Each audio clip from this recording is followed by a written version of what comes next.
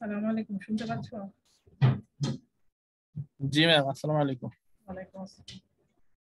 আচ্ছা, কালকে সেলুলার নেটওয়ার্কের আমরা ফ্রিকোয়েন্সি রিউজিংটা দেখছিলাম এবং সেলুলার নেটওয়ার্কের সেল সম্বন্ধে, আমাদের সেলের বা সেলগুলা কিভাবে ফ্রিকোয়েন্সি গুলো অ্যালোকেট করতে হয় এই বিষয়গুলো দেখছিলাম।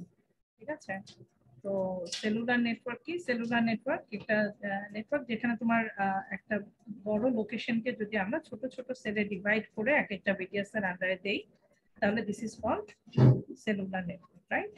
এক একটা বিটিএস এর কভারেজ মানে এক একটা বিটিএস একটা স্মল এরিয়াকে কভার করবে। Instead of covering a large area, it's covering smaller area, right?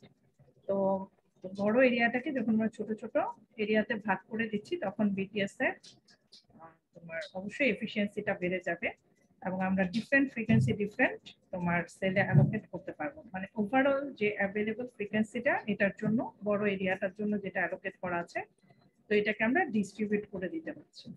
ঠিক আছে, তো ডিস্ট্রিবিউট করলে আমরা যেটা আরো সুবিধা সেটা হচ্ছে ফ্রিকোয়েন্সি রিউজ করতে পারবো। যেমন একটা সেলে এখানে F1 থেকে F6 পর্যন্ত ইউজ করা হয়েছে, আবার এই সেলেও ইউজ করা হয়েছে, তার মানে ফ্রিকোয়েন্সিটাকে রিইউজ করা যাচ্ছে। আর সেলুলারে তোমার যখন বেস স্টেশন একটা এরিয়াতে আছে, একটা ইউজার যখন এখান থেকে এখানে মুভ করে অন্য একটা সেলে, তখন একটা হ্যান্ড অফ হয়। তো হ্যান্ড অফ প্রসিডিউরটা যেটা হয় সেটা হচ্ছে যখন একটা when a mobile moves into a different cell while a conversation is in progress, যখন কনভারসেশন চলছে তখন যখন সে মুভ করে তখন কি করে MSc automatically transfer the call to a new channel. তার মানে তাকে একটা নিউ চ্যানেল এখান থেকে এই সেল থেকে অ্যালোকেট করতে হবে, তাই না? সেটা একটা ডিফারেন্ট বেস স্টেশনে চলে গেছে। যখন সে একটা ডিফারেন্ট বিটিএস এর আন্ডারে হচ্ছে তখন সেখান থেকে আবার তাকে ফ্রিকোয়েন্সি চ্যানেল অ্যালোকেট করতে হবে। এমএসসি এটাকে কন্ট্রোল করবে। ঠিক আছে, MSC automatically transfers the call to a new channel belonging to the new base station, and the HO operation not only involves identifying a new base station but also requires that the voice and control signals be allocated to channels associated with the new base station. তার মানে এখানে শুধু তাকে যে new channel দিবে তা না, তার জন্য ভয়েস চ্যানেল, কন্ট্রোল চ্যানেল, এগুলা এই সিগন্যাল গুলো অ্যালোকেট করবে।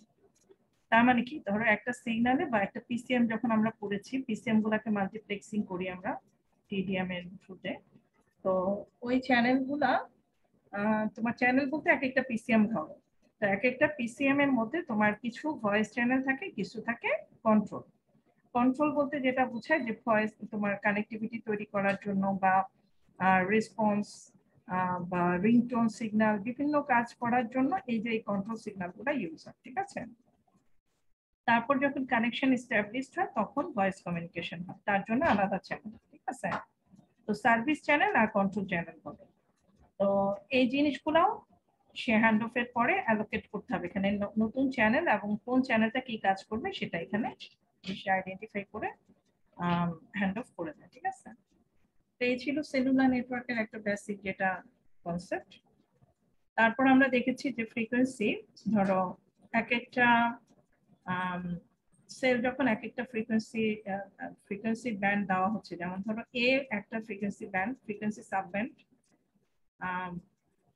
মানে cell with the same letter uses the same set of channels group or frequency sub band. তার মানে এখানে যে লেটার গুলো সেম, সেগুলো সেম ফ্রিকোয়েন্সি ব্যান্ড বোঝাচ্ছে। ঠিক আছে, এখানে যখন সেলগুলো এভাবে আছে তখন এই সেলগুলোতে দেখো সব ডিফারেন্ট ফ্রিকোয়েন্সি ব্যান্ড। ঠিক আছে, তার মানে একটা সেট অফ ফ্রিকোয়েন্সি যখন কয়েকটা সেলকে অ্যালোকেট করা হচ্ছে তখন এই ডিফারেন্ট ফ্রিকোয়েন্সি গুলা দিয়ে একটা ক্লাস্টার তৈরি হচ্ছে। এখানে যেটা হয়েছে, হ্যাঁ, এটা একটা ক্লাস্টার। ক্লাস্টার মধ্যে একটা ফ্রিকোয়েন্সি তোমার ব্যান্ড অফ ফ্রিকোয়েন্সিকে বিভিন্ন সেলের মধ্যে ভাগ করে দেওয়া হয়। ঠিক আছে, আর এই ফ্রিকোয়েন্সিটা আবার অন্যান্য সেলে রিইউজ হতে পারে, সেটা এই ক্লাস্টারে না, আরেকটা ক্লাস্টারে। ঠিক আছে, আরেকটা ক্লাস্টার আকারে গিয়ে আবার এই ফ্রিকোয়েন্সিটা রিইউজ হতে পারছে। কিন্তু এই রিউজিং এর শর্ত হচ্ছে এই দুটার ডিসটেন্স থাকতে হবে। ঠিক আছে, রিইউজড সেলগুলোর মধ্যে একটা নির্দিষ্ট ডিসটেন্স মেনটেন করতে হবে। কেন এই ডিসটেন্সটা মেনটেন করতে হবে? যেন ইন্টারফারেন্সটা না হয়। ঠিক আছে, ইন্টারফারেন্সটা অ্যাভয়েড করার জন্য এই ডিসটেন্সটা মেনটেন করতে হবে। এখন কিছু ক্যালকুলেশনের জন্য আমরা যেগুলো দরকার আমাদের কিছু ইকুয়েশনস এর সাথে গতদিন মনে হয় আমরা ইন্ট্রোডিউস হয়েছিলাম। যেমন নাম্বার অফ চ্যানেলস আমরা ক্যালকুলেট করা শিখছি, যে গতদিন যে একটা ক্লাস্টারের মধ্যে কতগুলো চ্যানেল থাকবে বা একটা পুরো সিস্টেমের ক্যাপাসিটি কত হবে কিভাবে ক্যালকুলেট করব। রিইউজ রেশিও কত হবে, ডিটা কত হবে, যে ডিসটেন্সটা কিভাবে ক্যালকুলেট করব সেটার ফর্মুলা কি, মানে এই যে intercell distance data, same frequency reuse data distance, frequency reuse এর জন্য ডিসটেন্সটা কতটুকু মিনিমাম সেই ডিসটেন্সের ফর্মুলাটা, এবং সেই ডিসটেন্সের ফর্মুলা অ্যাপ্লাই করে আমরা ফ্রিকোয়েন্সি রিইউজ রেশিওটা ক্যালকুলেট করা দেখেছিলাম। তো এই জিনিসগুলো আর একবার একটু রিভিউ করে দেব। এখানে দেখো যে নাম্বার অফ চ্যানেল হচ্ছে একটা ক্লাস্টারের জন্য যদি বলি আমি এস, এখন নাম্বার অফ ক্লাস্টার যদি হয় number of cell in a cluster যদি হয় এম, এবং একটা সেলের জন্য চ্যানেল সংখ্যা হয় কে, তাহলে number of channel in a cluster হবে S equal to K multiplied N. ঠিক আছে। আর ফ্রিকোয়েন্সি রিউজ ফ্যাক্টর কাকে বলছি, ফ্যাক্টর হচ্ছে নাম্বার অফ সেল, একটা ক্লাস্টার সাইজ বা number of cells in a cluster, যেটা তার জাস্ট ইনভার্সটা হচ্ছে ফ্রিকোয়েন্সি রিউজ ফ্যাক্টর। তার মানে number of cell in a cluster যদি বাড়ে তাহলে ফ্রিকোয়েন্সি রিউজ ফ্যাক্টরটা কমে যাচ্ছে। তার মানে একটা ক্লাস্টারের ভিতরে যদি বেশি সেল থাকে, বেশি পরিমাণে সেল থাকে, তাহলে রিউজ ফ্যাক্টরটা কমে যায়। কারণ কি, তখন দেখা যায় যে তোমার যে সেম ফ্রিকোয়েন্সি সেলগুলোর মধ্যে ডিসটেন্সটা কিন্তু অনেক বেড়ে যাবে। ঠিক আছে। তো এখানে দেখো যে উপরের ডায়াগ্রামটাতে যেমন ক্লাস্টার সাইজ হচ্ছে এখানে 7, 7টা সেল আছে একটা ক্লাস্টারের মধ্যে, তাহলে এটার জন্য রিউজ ফ্যাক্টর হবে 1/7। n is the number of cells which collectively use the complete set of available frequencies called a cluster. Cluster কাকে বলছি, যে available set of frequency যখন একটা কি বলবো, যে পাশাপাশি কয়েকটা সেল যখন শেয়ার করে তখন এই সেলগুলা মিলে হচ্ছে একটা ক্লাস্টার। তার মানে সেট অফ ফ্রিকোয়েন্সি, একটা নির্দিষ্ট সেট অফ ফ্রিকোয়েন্সি যদি তারা ইউজ করে তাহলে সেটাকে বলছে cluster. N number of cell যখন একটা complete set of frequency use করে সেটা হচ্ছে একটা ক্লাস্টার। এখন একটা ক্লাস্টারের মধ্যে কয়টা সেল আছে সেটা ক্যালকুলেট করা ফর্মুলা ছিল এটা। এখানে একটা কারেকশন ছিল যে আই না আই জে হবে। ঠিক আছে। n equal to i square plus ij plus j square, এটা হচ্ছে ফর্মুলা। i j এর ভ্যালুটা 0 থেকে ভ্যারি করতে পারে, 0 1 2 3 এরকম হতে পারে। ঠিক আছে। তো এটা দিয়ে কম্বিনেশন বানিয়ে বানিয়ে আমরা নাম্বার অফ সেলস n টা ক্যালকুলেট করতে পারি। তার মানে i j এর ভ্যালুগুলো ধরো এরকম হতে পারে, 0 0 হবে না, এরকম হতে পারে 1 2 বা 2 2 হতে পারে। ঠিক আছে। বা 2 1 এরকমও হতে পারে, বা তোমার 0 2 এরকমও কিন্তু হতে পারে। তো এরকম কম্বিনেশন করে করে তুমি নাম্বার অফ সেলস, যেটা নাম্বার অফ সেলসটা ক্যালকুলেট করতে পারো। ঠিক আছে।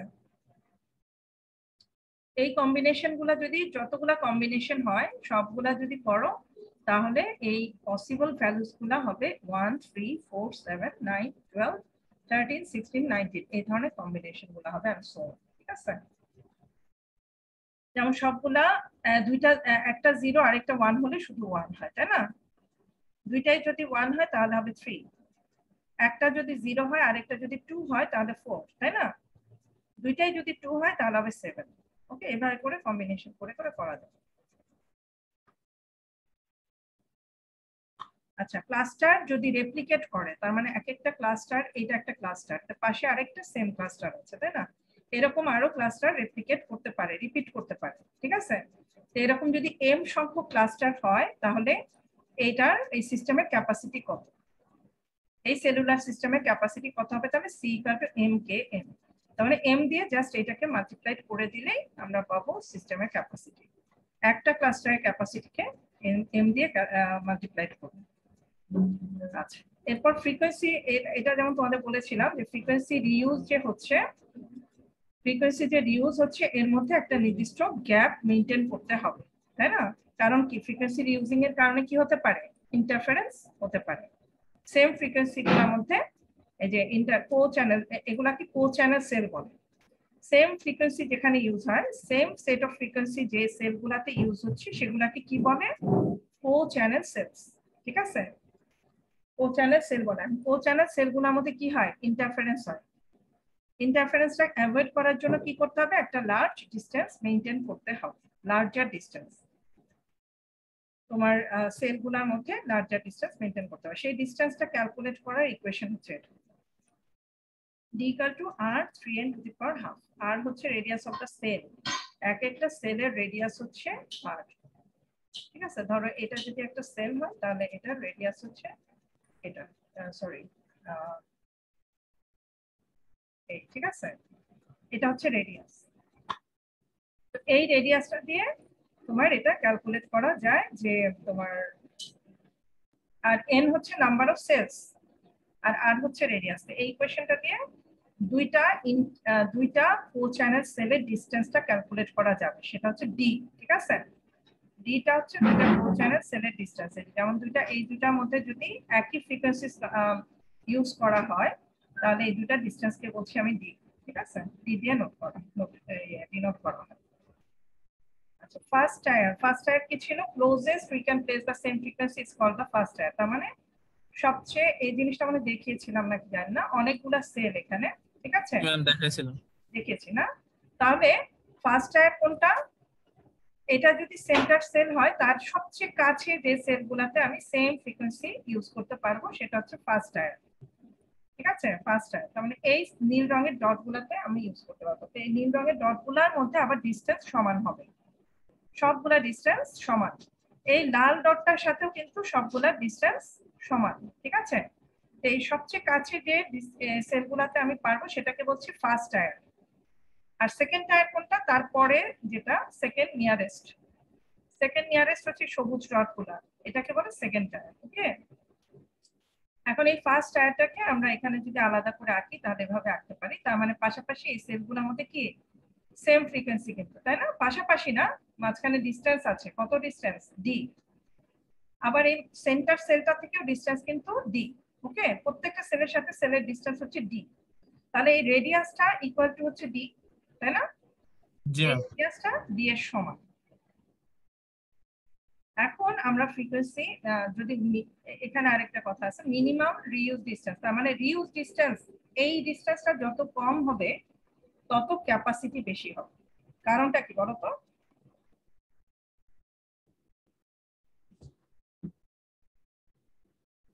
এই ডিসটেন্সটা যত কম হবে সেল টু সেল, মানে ও চ্যানেল সেলের মধ্যে ডিসটেন্স কম, তার মানে কি আমি আরো কাছাকাছি তোমার এই ফার্স্ট টায়ার ডিসটেন্সটা খুব কম হবে সেক্ষেত্রে, তাই না?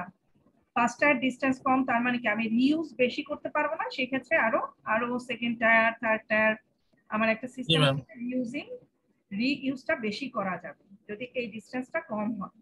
তাহলে আমার ক্যাপাসিটি বেড়ে যাবে। রিইউজ বেশি হলে কি হবে? বেশি ইউজার ওই ফ্রিকোয়েন্সিটা ইউজ করতে পারবে, তার মানে কি আমার সিস্টেমের ক্যাপাসিটি বেড়ে যাবে, ঠিক আছে? মোর ক্যাপাসিটি, মিনিমাম রিইউজ ডিসটেন্স, মোর ক্যাপাসিটি। Frequency reuse ratio.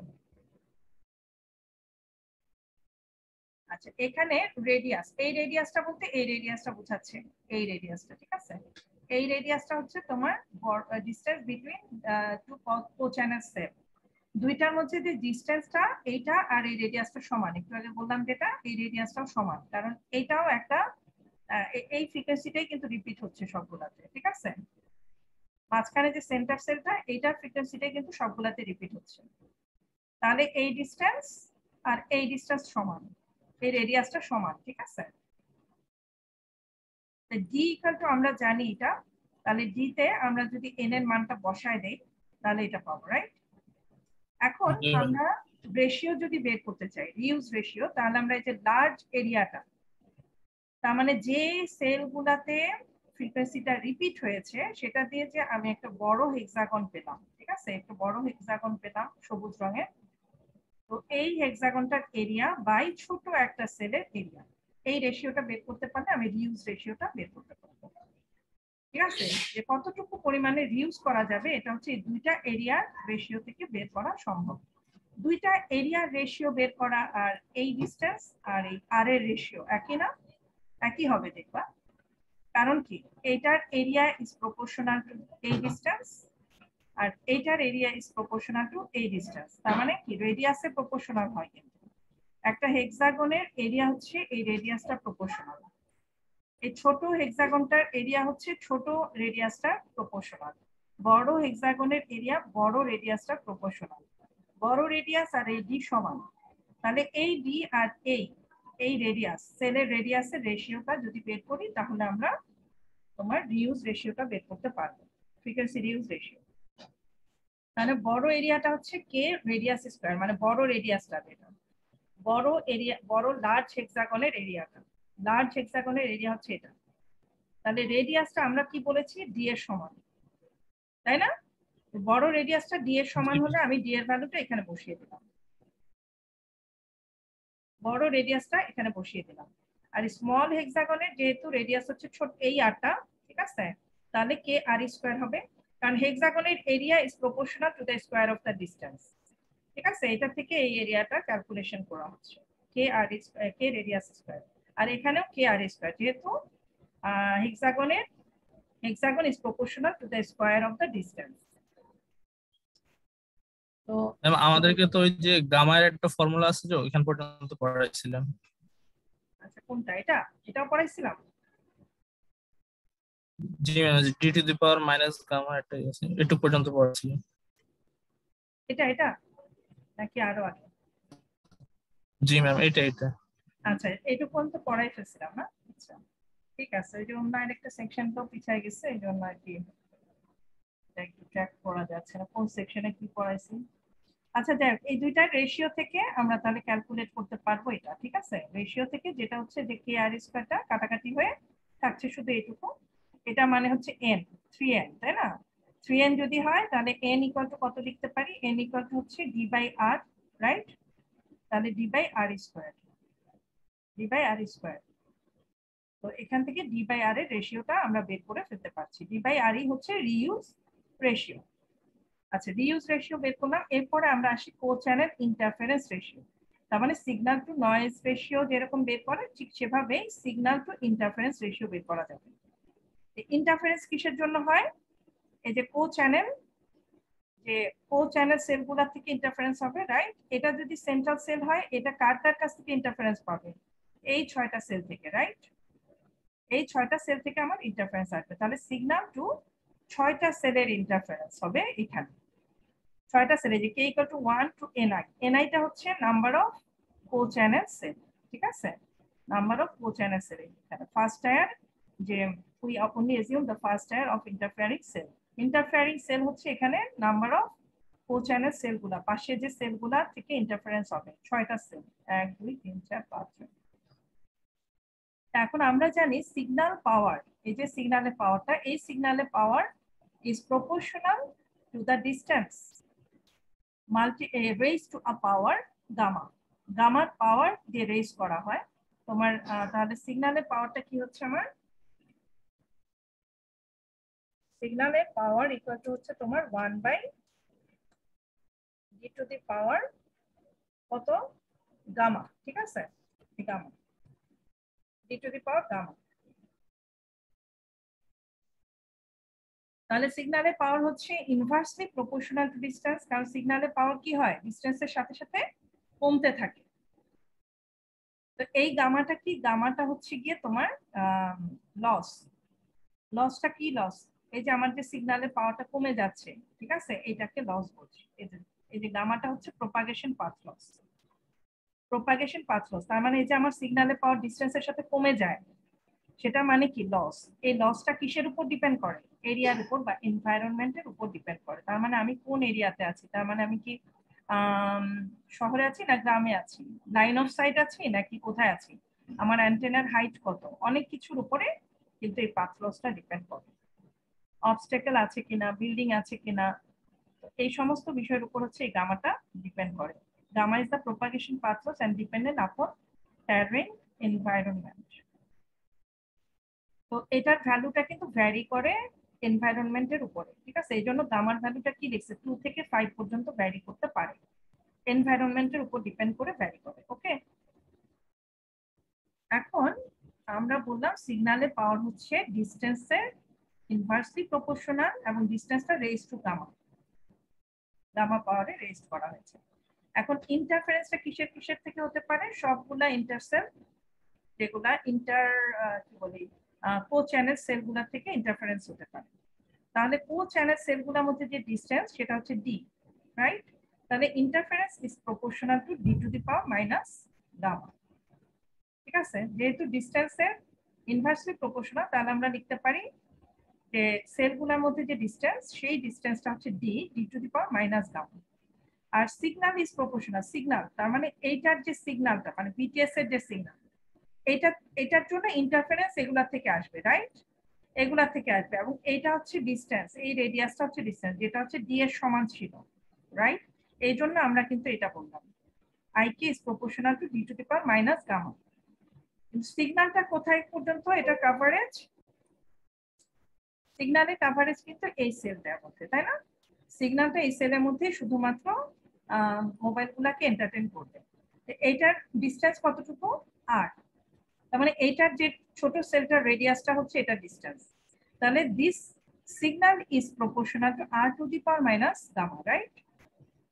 এই R to the power minus গামাটা হচ্ছে তোমার সিগন্যাল, যেটা তোমার signal is proportional to the inverse of the distance, সেই ডিসটেন্সটা হচ্ছে এখানে এই আরটা। আর ইন্টারফারেন্স যেহেতু এগুলা থেকে আসবে, তাই এই ইন্টারফারেন্সটা কমে যাবে, এই রেডিয়াসটা যত কম তত এটা কমবে কিন্তু, ঠিক আছে? তাই এটা inversely proportional to this radius, এই রেডিয়াসটা ডি এর সমান, সেই জন্য বলা হচ্ছে এখানে interference is proportional to D to the power minus gamma. আচ্ছা, গামা হচ্ছে প্রপাগেশন পাথ লস। আর স্ট্যান্ডার্ড মানে নরমালি ভ্যালু হচ্ছে গামার ভ্যালুটা 4 ইউজ করা হয় সেলুলার কমিউনিকেশন এনভায়রনমেন্টে, মানে কমনলি ইউজ হচ্ছে তোমার 4। তাহলে আমরা signal two interference ratio, signal এবং ইন্টারফারেন্সের মান যদি বসিয়ে দিই তাহলে লিখতে পারি আর টু দি পাওয়ার, সিগন্যাল যেহেতু এটা প্রপোর্শনাল এখানে R to the power minus gamma, আর আই কে জায়গায় লিখতে পারি D to the power minus gamma. এই 6টা কোথেকে আসলো? 6 হচ্ছে number of cells, number of cells মানে কো চ্যানেল সেল, এই যে এগুলা ইন্টারফারেন্স এই 6টা থেকে জেনারেট হতে পারে, এই 6টা সেল থেকে জেনারেট হতে পারে, এর জন্য এটা মাল্টিপ্লাইড হয়েছে 6 দিয়ে, কারণ এখানে কি সামেশন বলা আছে, তার মানে 6টা সেলের ইন্টারফারেন্স এখানে সামেশন হয়ে আসছে। এখন আমরা জানি ডি বাই আর কত হবে? এই যে ডি বাই আর হচ্ছে কিউ, ডি বাই হচ্ছে আর হচ্ছে reuse ratio Q equal to 3n to the power half. তাহলে এটা এখানে কিউ বসিয়ে দিলাম, Q to the power gamma by 6। Okay, এখন একটা অঙ্ক দেখি।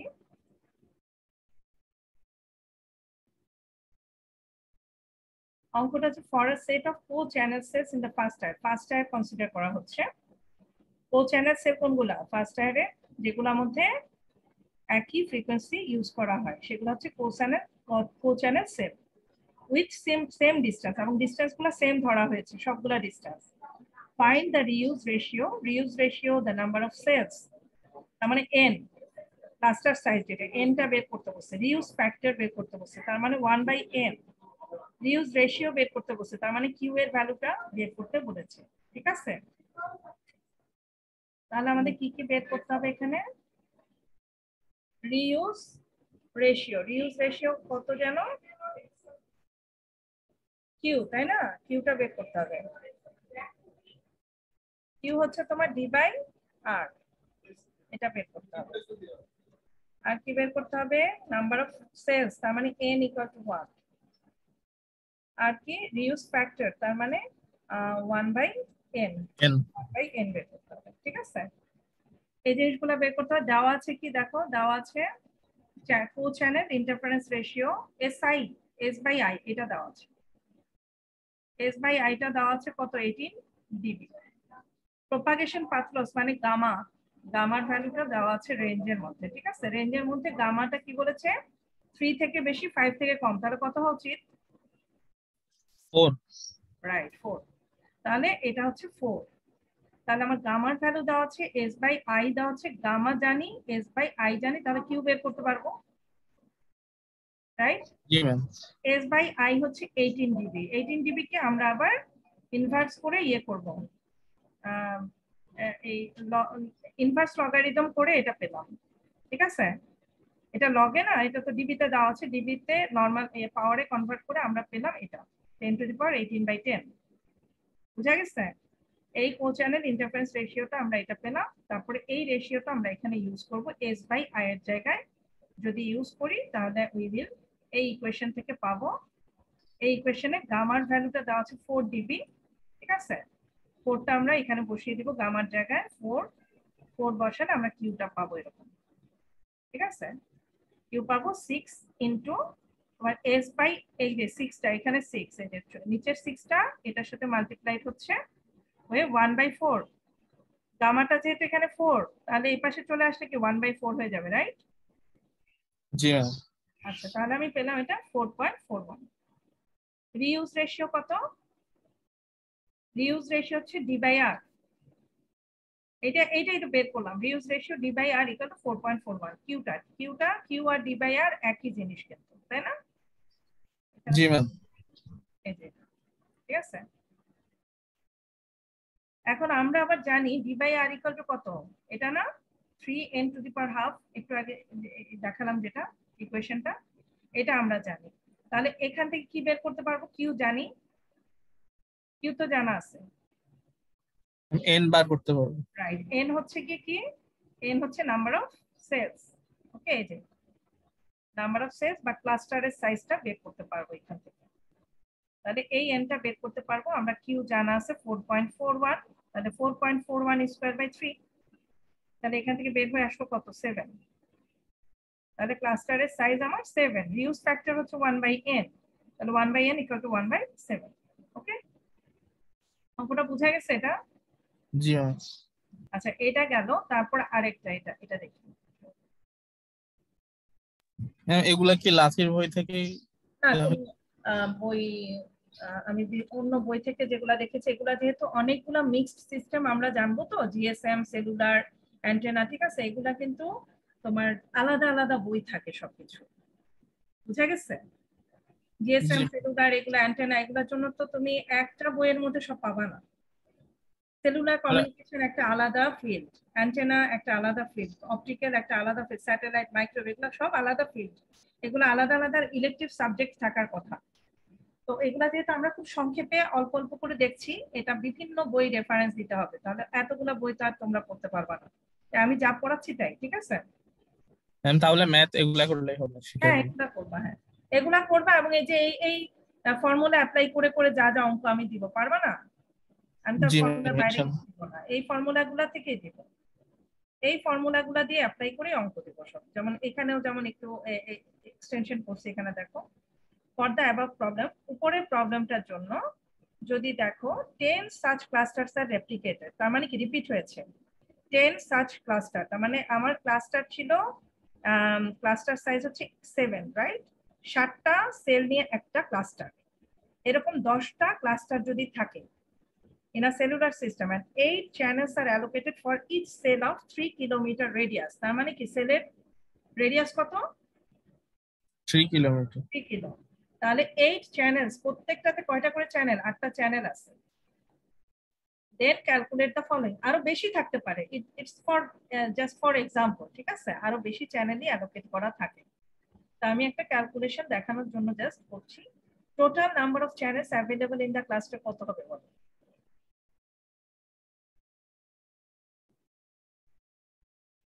একটা ক্লাস্টারের চ্যানেল নাম্বার আমরা কিভাবে ক্যালকুলেট করেছিলাম? S equal to, K N.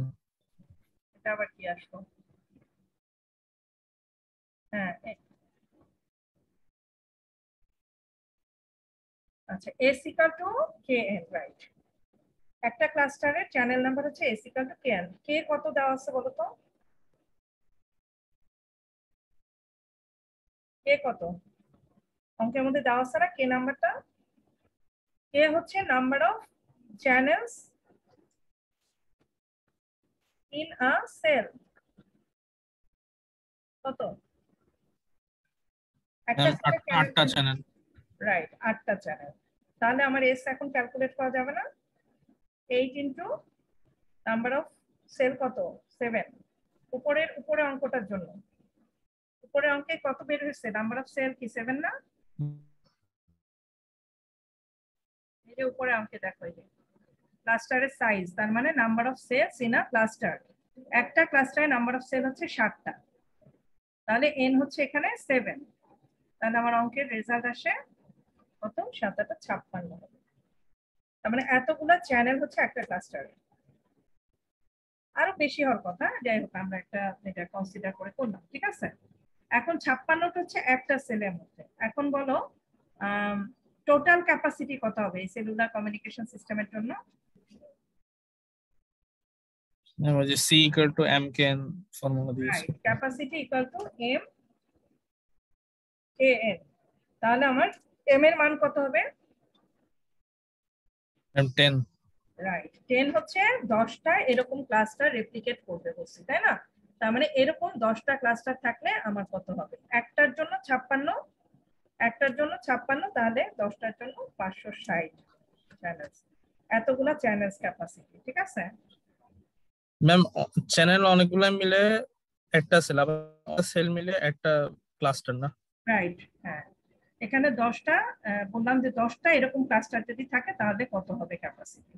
তাহলে 10টা প্রত্যেকটা ক্লাস্টারের জন্য যদি 56টা চ্যানেল হয়, এই 10টা চ্যানেল দিয়ে আমি মাল্টিপ্লাই করব, 10টা ক্লাস্টার দিয়ে মাল্টিপ্লাই করব 56কে, তাহলে পেয়ে গেলাম পুরা তোমার সিস্টেমের ক্যাপাসিটি, ঠিক আছে। এতগুলা চ্যানেল ক্যাপাসিটি থাকবে।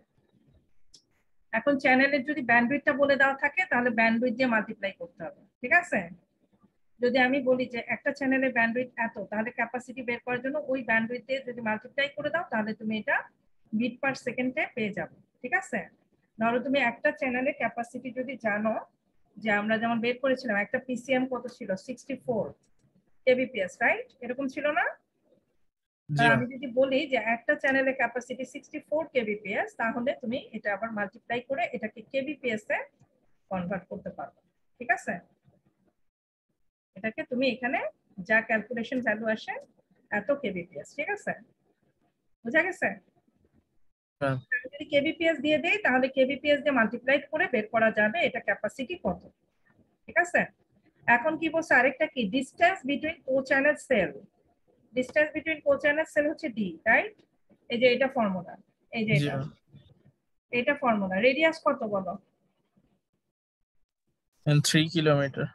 রাইট, 3। তাহলে 3 দিয়ে মাল্টিপ্লাই করো 3, আর এখানে আছে 3 এন হচ্ছে 7 আর এন, এন হচ্ছে 7 টু দি পাওয়ার হাফ। ঠিক আছে, এইভাবে করে ক্যালকুলেট করে ফেলতে পারবে এটা। এই ডিসটেন্সটা এটাকে যদি সলভ করো তাহলে you can get the distance. Okay, তাহলে এটা নিজেরা করবা, ওকে, নিজেরা সলিউশন করবা নিজেরা, এটা বাসায় প্র্যাকটিস করো। বুঝছো তো কিভাবে করতে হবে? যে এখানে হিন্টসটা দিয়ে দিচ্ছি যে এগুলা ইকুয়েশন দিয়ে সলভ করতে পারবা। ম্যাম 13.75 13.7 আসছে এটা? 75 এটা 13.7, এটা 75 সাথে 21 না 30 নাকি? 13.75 আচ্ছা যাই হোক, তোমরা এটা ক্যালকুলেট, এটা তো ওই যে রুট ওভার হলে কমে যাচ্ছে। আচ্ছা বুঝতে পারছি, ঠিক আছে, ওকে। এটা তোমরা ক্যালকুলেট করে দেখো কত আসে। এই তো মোটামুটি বুঝছো অঙ্কগুলা? জি ম্যাম, বুঝতে পেরেছি। আচ্ছা ঠিক আছে, তাহলে এই পর্যন্ত থাক। এরপর আমরা অ্যান্টেনার বেসিক কনসেপ্টস গুলা দেখবো। আমরা কিন্তু সবগুলা সিস্টেমের বেসিকটাই পড়তেছি, আমরা কিন্তু অনেক মানে ডিটেল যেটা তোমার এটার জন্য এগুলা আলাদা আলাদা এক একটা কিন্তু ফিল্ড, ঠিক আছে। জিএসএম বলো, সেলুলার বলো, অ্যান্টেনা, এগুলো আলাদা আলাদা ফিল্ড।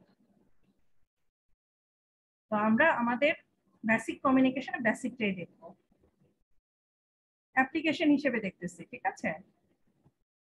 ওকে দেন, রেসপন্স কোর্স অ্যাটেন্ডেন্স না? না ম্যাম, দেওয়া হয়নি। আচ্ছা আমি অ্যাটেন্ডেন্সের লিংক দিচ্ছি, তোমরা রেসপন্স করে দাও। অ্যাটেন্ডেন্স দিয়ে তাহলে আজকে শেষ করে দেই।